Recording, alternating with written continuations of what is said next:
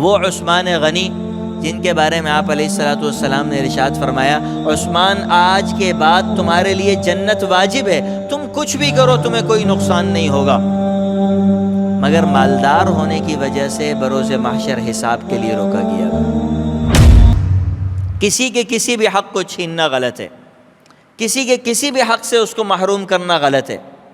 اسی طریقے سے آپ نے آگے ارشاد فرمایا کہ زنا سے دور رہو، اولاد کو قتل نہ کرو، مسلمانوں پر بہتان نہ لگاؤ، اور ہر اچھائی کے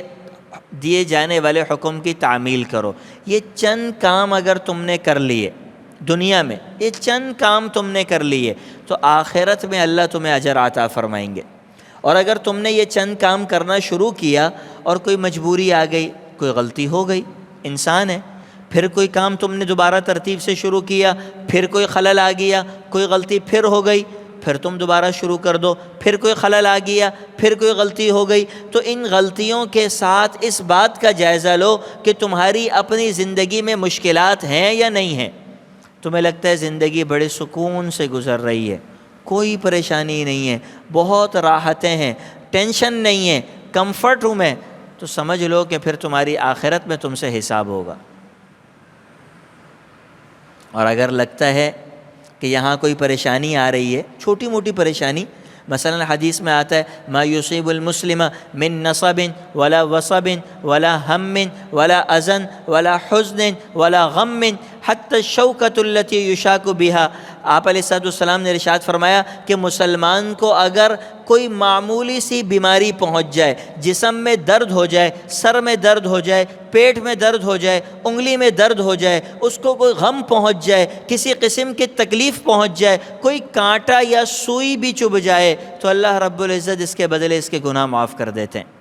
کوئی غم ہو جائے، حدیث کے الفاظ میں یہاں تک لکھا ہوا ہے کہ کوئی چیز رکھ کر بھول گیا اور اب ڈھونڈ رہا ہے کہ کہاں ہے، جب تک ڈھونڈنے کے بعد اس کو ملی، اللہ اس پہ بھی اجر عطا فرماتے ہیں۔ کوئی تکلیف، کوئی غم ہے دل میں، کوئی پریشانی ہے،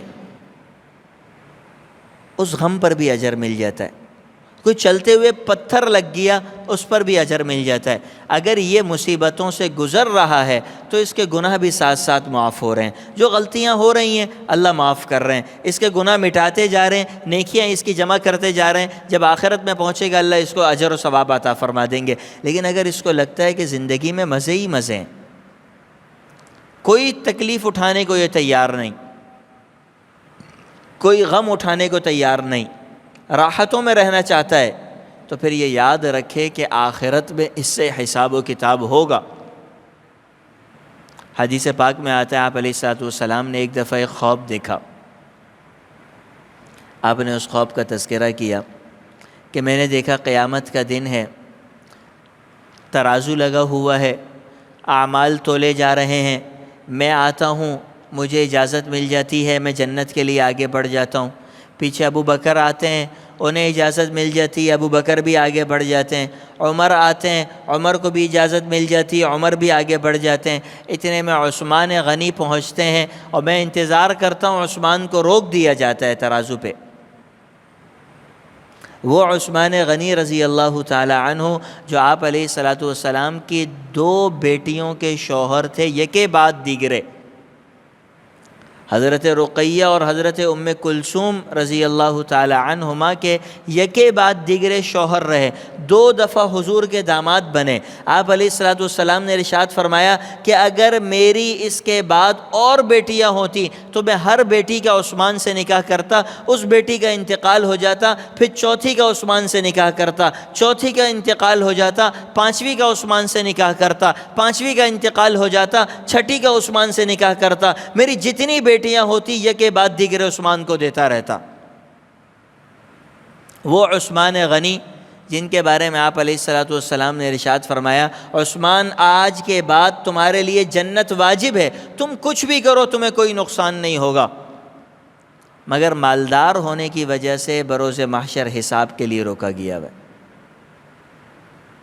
يدخل الفقراء من امتی قبل الاغنیاء ب500 عام، میری امت کے غربا 500 سال پہلے جنت میں پہنچ جائیں گے۔ یہ عمرا جو چند سالوں کی عیاشیاں کرتے ہیں، 10 سال کی، 20 سال کی، 30 سال کی، 50 سال کی عیاشیاں کر کے مرنے والے عمرا لائن میں کھڑے حساب دے رہے ہوں گے، وہ غربا جنہوں نے 10 سال، 20 سال، 50 سال تکلیفیں اٹھائیں، یہ 500 سال پہلے جنت جائیں گے۔ 500 سال پہلے جنت میں یہ بیٹھے ہوئے مزے کر رہے ہوں گے، اور یہ عمرا حساب و کتاب میں لگے ہوئے ہوں گے۔